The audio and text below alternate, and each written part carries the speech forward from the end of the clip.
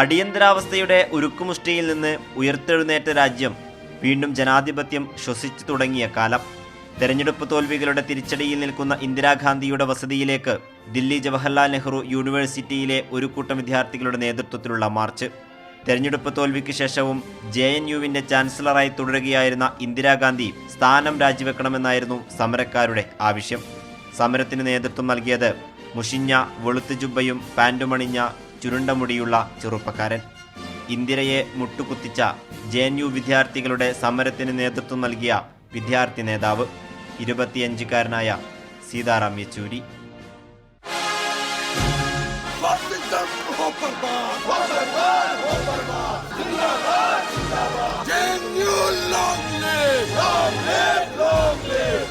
ഹൈദരാബാദിലെ school പഠനകാലത്തിനും Delhi saint Stephen's കോളേജിലെ degree പഠനത്തിനും ശേഷമാണ് യെച്ചൂരി JNUവിലെത്തുന്നത്.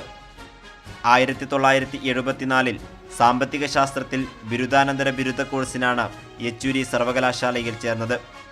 അതേ വർഷം തന്നെ SFIയിലും അംഗത്വം നേടി. 1975-ൽ അടിയന്തരാവസ്ഥയുടെ കാലത്ത് വിദ്യാർത്ഥി പ്രസ്ഥാനത്തിൻ്റെ മുൻനിരയിൽ പ്രവർത്തിച്ചു. 1978-ൽ SFIയുടെ അഖിലേന്ത്യാ പ്രസിഡന്റായി തിരഞ്ഞെടുക്കപ്പെട്ടതിനൊപ്പം ഒരു ചരിത്രം കൂടിയാണ് യെച്ചൂരി എഴുതിച്ചേർത്തത്. കേരളത്തിൽ നിന്നും ബംഗാളിൽ നിന്നുമല്ലാത്ത SFIയുടെ അഖിലേന്ത്യാ പ്രസിഡന്റ്.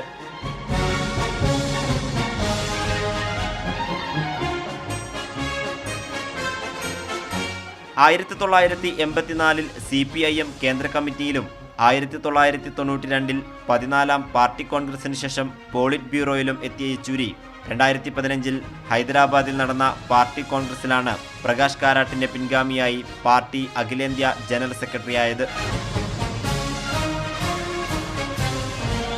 രാഷ്ട്രീയത്തിൽ EMSന്റെയും ജ്യോതി ബസുവിന്റെയും കൈപ്പിടിച്ചു വളർന്ന യെച്ചൂരി ഹർകിഷൻ സിംഗ് സുർജിത്ത് തെളിച്ച പാതയിലൂടെയാണ് പാർട്ടിയെ നയിച്ചത്. കോൺഗ്രസ് ഒറ്റയ്ക്ക് ഭരിച്ചിരുന്ന കാലത്ത് നിന്ന് മുന്നണി രാഷ്ട്രീയത്തിലേക്ക് ഇന്ത്യ ചുവടുമാറിയ കാലത്ത് പ്രായോഗിക രാഷ്ട്രീയത്തിൽ എന്തു നിലപാടെടുക്കണമെന്ന കാര്യത്തിൽ ഏറ്റവും വ്യക്തതയുള്ള കമ്മ്യൂണിസ്റ്റ് നേതാവ് കൂടിയായിരുന്നു സീതാറാം യെച്ചൂരി.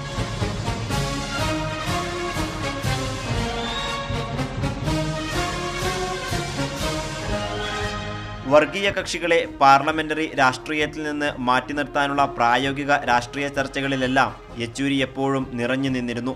ബാബരി മസ്ജിദ് തകർക്കപ്പെട്ടതിന് ശേഷം 1990-കളുടെ മധ്യകാലത്ത് ഇന്ത്യൻ രാഷ്ട്രീയം അസ്ഥിരമായി പോയ ഘട്ടത്തിൽ വർഗീയ വിരുദ്ധ കക്ഷികളെ ഏകോപിപ്പിക്കുന്നതിലും യെച്ചൂരി മുന്നിൽ നിന്നു. രണ്ടാം UPA സർക്കാരിൻ്റെ കാലത്ത് അഴിമതികളിൽ കുളിച്ച പല പദ്ധതികളെയും തുറന്നെതിർക്കുകയും അത് പാർലമെന്റിൽ അവതരിപ്പിക്കാൻ മുൻകൈയെടുക്കുകയും ചെയ്തിട്ടുണ്ട് യെച്ചൂരി. 2005 ജൂലൈയിൽ യെച്ചൂരി ബംഗാളിൽ നിന്ന് രാജ്യസഭയിലേക്ക് തിരഞ്ഞെടുക്കപ്പെട്ടു.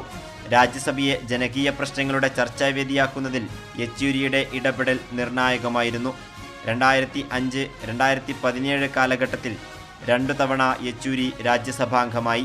10 വർഷത്തിനപ്പുറത്ത് 2024-ൽ നരേന്ദ്രമോദിയുടെ നേതൃത്വത്തിലുള്ള NDA സർക്കാരിനെതിരെ കോൺഗ്രസും ഇടതുകക്ഷികളും പ്രാദേശിക പാർട്ടികളുമെല്ലാം ചേർന്നുള്ള ഇന്ത്യ മുന്നണി രൂപീകരിക്കുമ്പോഴും ചർച്ചകളിൽ സീതാറാം യെച്ചൂരി എന്ന കറകളഞ്ഞ നേതാവ് മുന്നിൽ തന്നെ നിന്നു.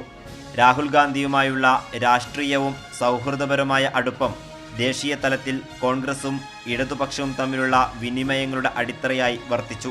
കർഷകരുടെ ഐതിഹാസിക സമരങ്ങളിലും തൊഴിലാളി പ്രക്ഷോഭങ്ങളിലും യെച്ചൂരി നേതൃപങ്ക് വഹിച്ചിരുന്നു. 2024-ലെ ലോക്സഭാ തെരഞ്ഞെടുപ്പിൽ BJP നേതൃത്വത്തിലുള്ള NDAക്ക് പ്രതീക്ഷിച്ച നേട്ടമുണ്ടാക്കാൻ സാധിക്കാതെ പോയതും പ്രതിപക്ഷം മുന്നേറ്റം നടത്തിയതിലും ഈ സമരങ്ങളുടെ ഊർജമുണ്ടായിരുന്നു. സീതാറാം യെച്ചൂരിയില്ലാത്ത ഒരു വർഷം പിന്നിടുമ്പോൾ വിദ്യാർത്ഥി രാഷ്ട്രീയത്തിൽ തുടങ്ങി ഇടതു സംഘടനാ നേതൃത്വത്തിൻ്റെ മുൻനിരയിൽ നിന്ന് ഹിന്ദുത്വ രാഷ്ട്രീയത്തിനെതിരെയും സംഘപരിവാറിനെതിരെയും അടിയുറച്ച നിലപാടുകളെടുത്ത് വലതുപക്ഷത്തിൻ്റെ നവ ഉദാരീകരണ നയങ്ങൾക്ക് ബദൽ വേണമെന്ന് വാദിച്ചു. കർഷക, തൊഴിലാളി, ബഹുജനങ്ങളെ ചേർത്ത് നിർത്തി സമരങ്ങൾ നയിച്ചു. പ്രായോഗിക രാഷ്ട്രീയത്തിൽ തന്ത്രപരമായ ചുവടുകൾ വെച്ചു. ഇന്ത്യയിൽ മുന്നണി രാഷ്ട്രീയത്തിന് അടിത്തറയുണ്ടാക്കിയ കമ്മ്യൂണിസ്റ്റ് നേതാവ് എന്നായിരിക്കും കാലം സീതാറാം യെച്ചൂരിയെ അടയാളപ്പെടുത്തുന്നത്. അബ്ദുൾ റഷീദ്, ദില്ലി.